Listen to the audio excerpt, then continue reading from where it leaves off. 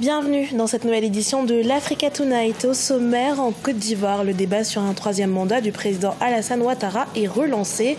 Cette fois-ci, c'est le chef de l'État lui-même qui s'est prononcé sur la question à l'occasion d'une sortie médiatique. Et ce dernier n'exclut pas de se représenter en 2020. Reprise du dialogue politique à Lomé, la capitale togolaise. Les protagonistes de la crise ont été reçus par la commission de la CEDEAO dans le but d'établir une nouvelle feuille de sortie de crise. Et puis nous partirons au Congo où l'orchestre Patrouille de Stars a fêté ses 20 ans d'existence. À cette occasion, les auteurs du titre mythique Congo Uni ont donné un concert à l'Institut français du Congo. Sa décision, il la prendra en fonction de la situation de la Côte d'Ivoire. Le président Alassane Ouattara, à la tête du pays depuis 2010, n'exclut pas de se présenter à la présidentielle de 2020 à l'issue de son second mandat. Un choix que la nouvelle constitution du pays, en vigueur depuis 2016, lui autorise. Ibrahima Djoumaba. En Côte d'Ivoire, le débat sur la possibilité pour le président Alassane Ouattara de briguer un troisième mandat présidentiel demeure plus que jamais d'actualité. Après avoir longtemps écarté cette possibilité, c'est l'intéressé lui-même qui évoque le sujet. Dans un entretien récent accordé à l'hebdomadaire Jeune Afrique, il n'exclut pas de se représenter alors que son second mandat arrivera à terme en 2020. Cette annonce intervient dans un contexte où les cadres de son parti, Rassemblement des Républicains et leurs alliés, notamment du Parti démocratique de Côte d'Ivoire, sont divisés pour une succession désormais incertaine à la tête de l'État en 2020. La nouvelle constitution m'autorise à faire 2 mandats à partir de 2020. Je ne prendrai ma décision définitive qu'à ce moment-là, en fonction de la situation de la Côte d'Ivoire. La stabilité et la paix passent avant tout, y compris avant mes principes. Je considère que les Ivoiriens doivent choisir le prochain président dans la paix et sans violence, comme ils l'ont fait en 2015. La démocratie et la transparence sont mes seuls objectifs. L'argument de la nouvelle constitution brandi par le chef de l'État pour défendre cette éventualité de briguer un troisième mandat est très contesté par l'opposition. Certains observateurs estiment que le président Alassane Ouattara veut mettre fin aux querelles de sa succession en déclarant qu'il n'exclut pas de présenter sa candidature en 2020. Au même moment, il tente de transformer la coalition au pouvoir en un parti politique afin d'organiser une primaire pour la présidentielle de 2020. Pourquoi désormais on est en train d'agiter le chiffon rouge de l'instabilité, de l'insécurité pour vouloir créer un parti unifié et expliquer une autre candidature de M. Ouattara, qui déjà en 2010 avait dit qu'il ne briguait qu'un seul mandat et pas 2. Il a dit aux Ivoiriens, je ne veux qu'un mandat. Il en est à son deuxième et maintenant on prend prétexte du RHDP pour vouloir encore être en lice pour les prochaines élections à venir. Donc je pense que c'est une escroquerie politique. Arrivé au pouvoir en 2010 et réélu en 2015 sous la bannière du Rassemblement des Oufouettistes pour la démocratie et la paix, Alassane Ouattara ambitionne de faire du RHDP un parti unifié. Actuellement, le RDR et le PDCI restent fortement divisés sur sa succession. Une partie des membres du PDCI estime que cette investiture revient de droit à leur formation puisqu'ils ont déjà soutenu celle du Rassemblement des Républicains à 2 reprises. À la poursuite d'une sortie de crise, le Togo est en passe de se doter d'une nouvelle feuille de route. En effet, après plusieurs mois de suspension, le dialogue politique a repris ce samedi à Lomé, la capitale. Les protagonistes de la crise ont été reçus par la commission de la CEDEAO dans le but de préparer les futures négociations. Reportage d'Emefa Kofi, notre correspondante à Lomé. À la conférence des chefs d'État et de gouvernement de la Communauté économique des États d'Afrique de l'Ouest tenue à Lomé le 14 avril 2018, la commission de la CEDEAO avait été instruite d'apporter son appui aux facilitateurs dans la résolution de la crise politique au Togo. Ce samedi 2 juin, une délégation de la commission a rencontré les membres du parti au pouvoir, la coalition des 14 partis politiques de l'opposition et le gouvernement dans l'optique de faire le point sur les réformes constitutionnelles et autres recommandations issu de la dernière rencontre entre le facilitateur Nana Akufo-Addo et les différents protagonistes. La délégation va donc, après avoir écouté l'ensemble des partis, travailler sur un projet de feuille de route qui sera soumis aux 2 chefs d'État, les 2 facilitateurs, Et donc cette feuille de route donc, va servir de base pour les discussions qui auront lieu avec les deux facilitateurs. La commission de la CEDEAO a reçu tour à tour les deux parties. Au sortir des échanges, la coalition de l'opposition dit avoir accompli sa mission. Du côté du gouvernement, l'on s'inscrit dans la logique des recommandations des chefs d'État et de gouvernement de la CEDEAO en date du 14 avril 2018. La décision des chefs d'État et de gouvernement de la CEDEAO du 14 avril a consacré une nouvelle dynamique, un nouveau cadre et un esprit qui doivent conduire aux échanges, aux discussions. On dit ce qu'on pense de la situation actuelle, de la recrudescence de la violence, du refus de mettre en œuvre les mesures d'apaisement, les questions des rafles, enfin la recrudescence de la violence et tout. Et on a demandé que ça cesse. Le dialogue pour la résolution de la crise togolaise a débuté depuis le 19 février 2018. Les discussions bloquent essentiellement sur la question de la candidature ou non du président Faure Gnassingbé en 2020. En ce dialogue, de nombreux Togolais semblent de plus en plus perdre espoir.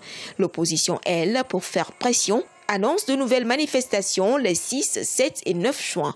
Du côté de la CEDEAO, les pourparlers se poursuivent. Les recommandations des facilitateurs sont attendues au prochain sommet des chefs d'État et de gouvernement prévu courant ce mois de juin 2018. Au Mali, l'opposition a bravé l'interdiction du gouvernement et a maintenu sa marche le samedi 2 juin 2018. Dans les rues de Bamako, la manifestation non autorisée en raison de l'état d'urgence en vigueur dans le pays a été dispersée à coups de gaz lacrymogène par les forces de l'ordre. Le bilan provisoire fait état de 16 blessés. Retour sur cette journée sous haute tension dans ce sujet de Mokhtar Bari, notre correspondant à Bamako. Dans la perspective des élections du 29 juillet 2018, l'opposition malienne comptait à travers une marche demander la tenue d'un scrutin transparent, mais aussi un accès équitable aux médias publics. Mais pour des raisons d'état d'urgence, les autorités maliennes avaient interdit la manifestation. Pas de quoi décourager les membres de la coalition pour l'alternance qui ont donc décidé de braver cette interdiction. Empêchés de se rassembler à la place de la Liberté et à la Bourse du Travail, les manifestants se sont donné rendez-vous au siège du parti ADP Maliba. Là, les forces de sécurité et les manifestants se sont affrontés à coups de gaz lacrymogènes et de jets de pierres. C'est absolument inacceptable. C'est de la violence gratuite. C'est absolument de la violence gratuite. C'est le début du fascisme au Mali. C'est le début de la dictature. C'est l'intolérance. C'est un gouvernement qui panique. C'est un gouvernement qui perd son sang-froid, qui viole les lois du pays. C'est inacceptable et nous ne le laisserons pas faire. Je crois que c'était une simple marche pour souhaiter des élections libres et transparentes. Qui peut être contre cela? C'était, je dirais, pour souhaiter qu'on vive bien dans ce pays et qu'un seul média ne fasse pas, je dirais, la vérité d'un seul camp. Pourquoi arriver à de telles violences? Après quelques heures d'affrontement, les manifestants sont parvenus à quitter les sièges du parti. Une visite à l'hôpital Gabriel Touré fait état de 16 blessés, dont un policier.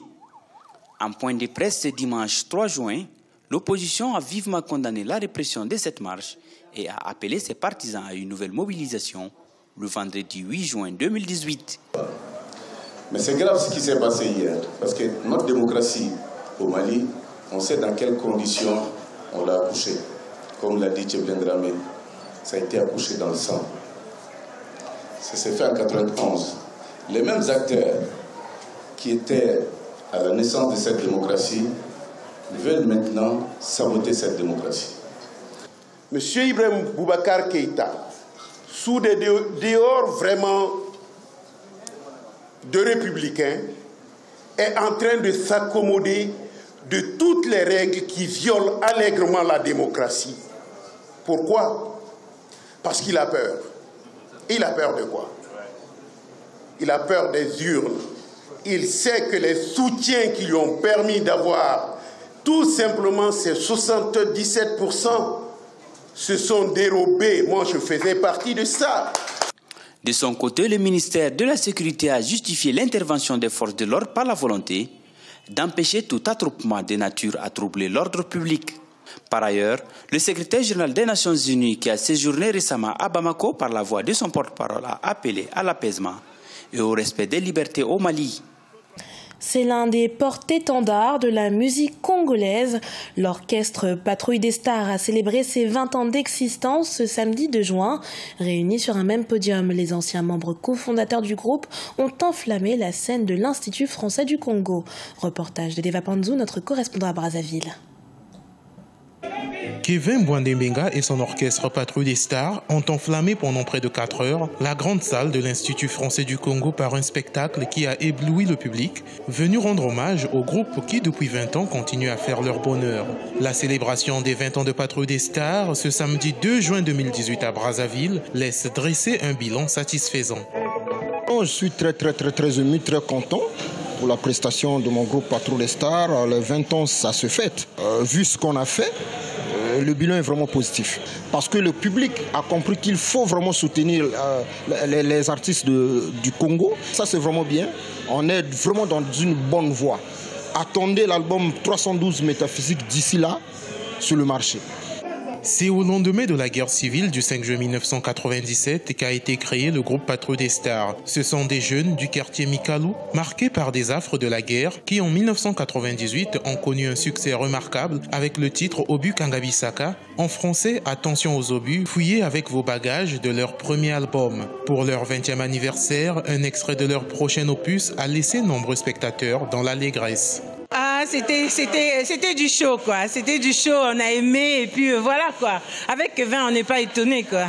Quand on arrive chez Kevin, on sait qu'il va donner le meilleur de lui-même. C'était une fierté pour nous de voir nos musiciens de Mikalou. Surtout Zida nous a rappelé le temps d'après-guerre. L'orchestre Patrouille des Stars compte plusieurs albums à son actif, parmi lesquels Obu Kangabisaka, embargo qui leur a valu une nomination au Kora Award en 2001, Correction, Proclamation, Élévation totale, Kanganzoto, Deuxième monde. Le prochain, intitulé 312 Métaphysique, dont un extrait, Le Papa de Papa, enflamme déjà le public, sera dans les bacs avant la fin de l'année 2018. Ce journal a été préparé par l'ensemble de la rédaction. Merci pour votre fidélité. Dans un instant, une nouvelle édition de l'actualité sur Africa 24.